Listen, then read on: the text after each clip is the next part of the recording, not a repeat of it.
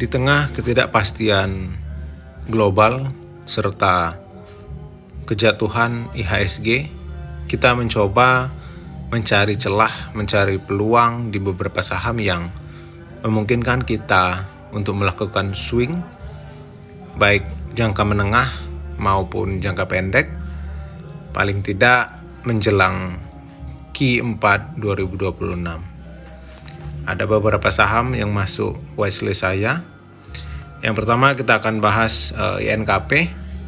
Dari sisi fundamental, INKP sangat menarik sejak akhir tahun lalu bahkan ya. Karena INKP ini memiliki atau telah merampungkan pabrik baru, porsok baru ya. Itu secara garis besarnya begini ya. INKP akan mampu menghasilkan laba lebih dari 2 kali lipat laba biasanya dengan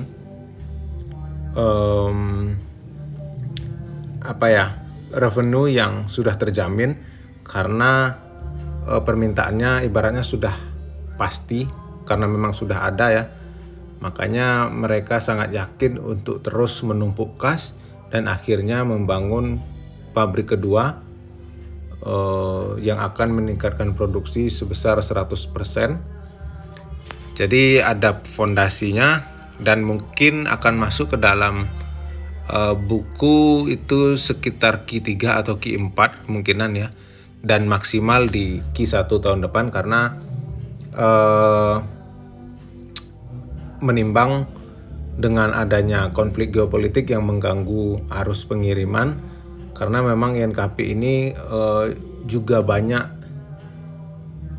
membuat atau mempunyai kontrak dagang ke area Timur Tengah dan bahkan ke Iran ya, mengirimkan beberapa produk. Baik, kita akan sedikit ke teknikal. Di sini memang untuk foreign flow tidak terlalu kuat karena memang INKP juga dimiliki oleh banyak institusi lokal. Untuk range harga saya katakan menarik jika berhasil mendapatkan AVG di bawah 9.200-an hingga maksimal 8.800, dan jika terus jebol di bawah itu baiknya di cut dulu karena itu berpotensi ke 8.000, which is itu lebih bagus untuk investasi ya. Jadi pilihannya adalah untuk swing jika memang berhasil bertahan di atas 8.800 dan terus ada perlawanan dan hingga akhirnya kembali menembus 10 ribuan karena di atas juga ada gap ya daily. Dan jika jebol di bawah itu katakanlah mencapai ke 8.000 ya, tetap menarik untuk dibeli namun bukan untuk swing ya. Lebih menarik untuk investasi karena menurut saya dengan kapasitas yang sekarang dan dengan didorongnya potensi untuk melipat gandakan revenue dan juga sudah efisien tentang pengeluarannya ya, karena memang pabriknya sudah benar-benar selesai, tinggal proses produksi. Angka 8.000 sangat realistis untuk kita bisa take profit nanti di 12.000 karena itu menurut saya akan sangat berpotensi tercapai. Ya, jadi di sini resikonya hanya sekitar ya nggak sampai 3% lah, paling 2%. Dan saya pun mungkin akan cicil jika menyentuh mendekati 9.000 ya, dan maksimal di 8.800.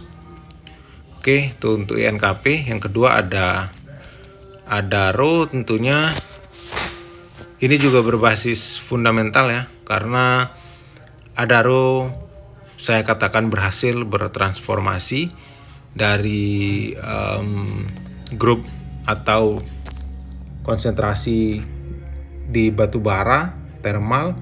Sekarang Adaro sudah bersih, ya bisa dikatakan green.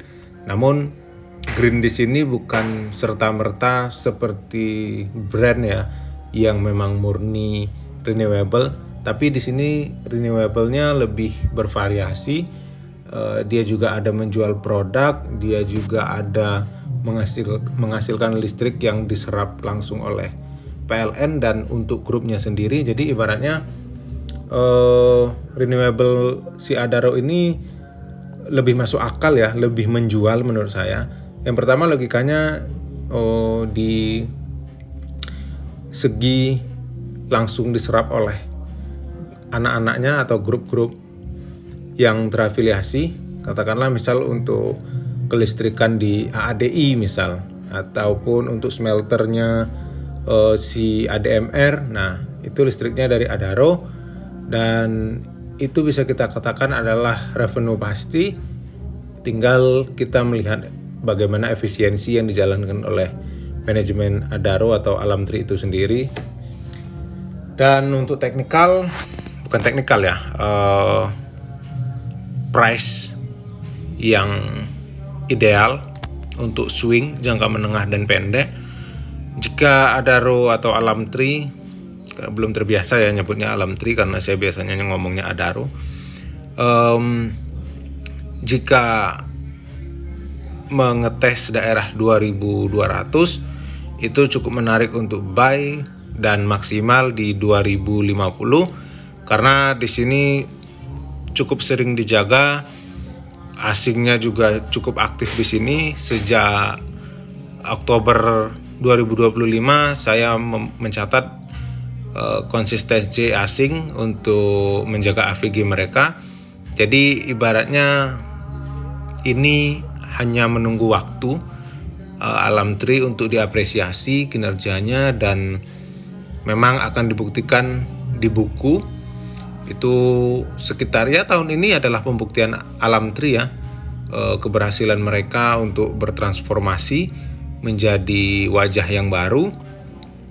Dan untuk target, jujur saya belum memastikan atau belum membuat target atau bagaimananya ya untuk Alam Tri ini, karena menurut saya bahkan untuk melebihi harga dia ketika masih dalam nuansa batubara itu sangat memungkinkan, karena untuk di segi renewable ini selain memang net profitnya lebih tebal dan dia juga tidak terlalu sensitif dengan harga acuan apapun. Kalau dulu sangat sensitif dengan Newcastle ya, acuan batubara dan juga regulasi pemerintah. Kalau renewable ini mereka terasa lebih clean, dan ya tinggal efisiensi lah. Menurut saya kuncinya di efisiensi, apalagi jika suatu saat grup ini atau Alam Tri bisa menciptakan NPM yang di atas 30%. Nah itu sangat luar biasa. Bisa-bisa semua orang akan lupa dengan brand, akan lupa dengan PGO, dan menjadikan Alam Tri adalah wajah renewable energy dari Indonesia yang nomor 1. Oke, untuk ya supaya kita bisa punya acuan lah ya. Paling tidak saya akan yakin dalam waktu yang tidak terlalu lama Alam Tri akan menyentuh 2.800 sampai mendekati 3.000. Cukup worth it dengan risiko yang hanya 2%. Kita memiliki potensi upside yang cukup lebar. Itu untuk Adaro. Selanjutnya ada energi. Ya mungkin jika teman-teman tidak menyukai Konglo, ini bisa di skip, tapi menurut saya ini adalah satu-satunya saham Konglo yang paling menarik bahkan sejak bulan Januari. Kenapa? Karena saya perhatikan dari semua Konglo, khususnya Bakri, grup Bakri ya, energi adalah satu-satunya yang di-maintain dan tidak dibiarkan jatuh, dan juga struktur kepemilikannya lebih strategis. Maksud saya begini ya, kalau BRMS itu sudah diserahkan sebagian besar ke institusi-institusi baik lokal maupun asing, dan lebih dominannya asing karena waktu itu dia masuk GDXG dan GDX yang standar, lalu juga dia masuk MSCI kalau nggak salah ya. Jadi ibaratnya bandar, kita katakanlah bandar ya, atau owner yang mengantarkan BRMS masuk ke dalam indeks, mereka sudah keluar dan take profit. Jadi mereka mungkin tidak setipe dengan Pak PP ya. Jadi tidak terus-terusan memaintain sahamnya, harga sahamnya tidak dijaga, dan ya itu bebas ya, itu terserah gimana maunya mereka. Tapi kita di sini hanya mencoba membaca kepentingan. Energi justru saya sudah memantau itu waktu ketika 800, ketika saya buat hitung-hitungan ini kemungkinan akan ke 1800, tapi menurut saya itu sangat impossible kala itu ya, dengan adanya atau dengan aktifnya Bumi, dengan aktifnya BRMS dan Dewa, saya kira energi ini akan diletakkan di kloter 2 gitu, atau gelombang kedua ya. Tapi ternyata saya salah, ternyata energi lebih ringan, energi lebih sedikit retail yang weekend ya, dan bahkan sudah mencapai 2400 beberapa waktu yang lalu. Ya, saya tidak ikut party di sini, sayang sekali, tapi nggak apa-apa karena di sini risknya cukup tinggi ya. Di sini volatilitasnya luar biasa. Dan saya pun kalau di sini nggak berani melebihi dari 20% porto. Lalu kita lihat pergerakan harganya. Perhatikan, hanya di bulan Februari menjelang Maret harga itu berhasil jebol ya, ketika ada guncangan MSCI di akhir Januari. Lalu tidak menunggu lama harganya bahkan melewati harga sebelum gejolak MSCI tersebut. Teman-teman bisa perhatikan seberapa banyak saham Konglo yang hari ini bahkan ya berhasil mengalahkan harga di Januari, atau bahkan pernah melewatinya setelah gejolak itu. Tidak banyak. Teman-teman bisa lihat Cuan, bisa lihat BRMS, Dewa, dan Bumi, di mana sentimen MSCI di mereka itu sangat kuat. Itu bahkan hari ini sangat jauh dari harga kisaran Januari. Artinya memang harganya sedang dibiarkan jatuh atau memang tidak diurus lagi gitu. Kita juga tidak terlalu paham ya bagaimana plan mereka. Tapi yang jelas di sini energi lebih terasa di jadi maintain lah. Lalu juga di sini kita harus sangat hati-hati, berbeda dengan kita membeli Adaro maupun NKP yang kita bahas tadi ya. Di sini kita harus sangat disiplin. Jika memang energi ini jatuh dan berhasil atau gagal kembali ke 1400, artinya memang si penahannya tidak kuat.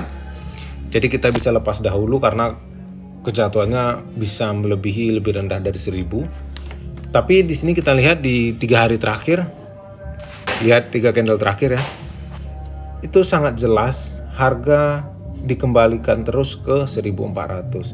Harga terus melawan. Ya terserah kita di sini mau berpegang terhadap asing ataupun lokalnya, karena di sini bandarnya menurut saya masih lokal. Kalaupun di sini hijau asing, net foreign flow asing, itu mungkin big player yang menggunakan topeng asing ya. Jadi teman-teman harus jeli juga. Tapi kita di sini hanya manfaatkan momentumnya ya. Selagi memang ini masih dijaga ya, kita bisa ikut menumpang ya. Gak usah muluk-muluk. Mendekati 2000 kita harus keluar, karena di sini kita akan menuju bulan Mei, bulan penentuan. Nah itu semua bisa terjadi dalam satu hari. Ya jadi di bawah 1500, di atas 1400 itu adalah area buy saya, dan peringatannya jika jatuh di bawah 1400 tanda bahaya. Oke, itu untuk energi. Lalu terakhir ada Astra. Sedikit berbeda dengan UNTR, di mana UNTR terus-terusan diborong oleh asing walaupun harganya jatuh, walaupun sentimennya negatif gitu ya. Sebenarnya Astra juga masih diakumulasi ya, tapi di beberapa hari terakhir memang terlihat Astra di markdown dengan sengaja ya, menurut saya, karena buangan asing juga tidak terlalu masif di tengah penurunannya yang lumayan dalam. Perhatikan bar di bawah ini. Nah, itu bar merah tidak sebanding dengan bar hijau ya. Bar hijau sangat konsisten dan belum sempat keluar. Tapi di sini saya melihat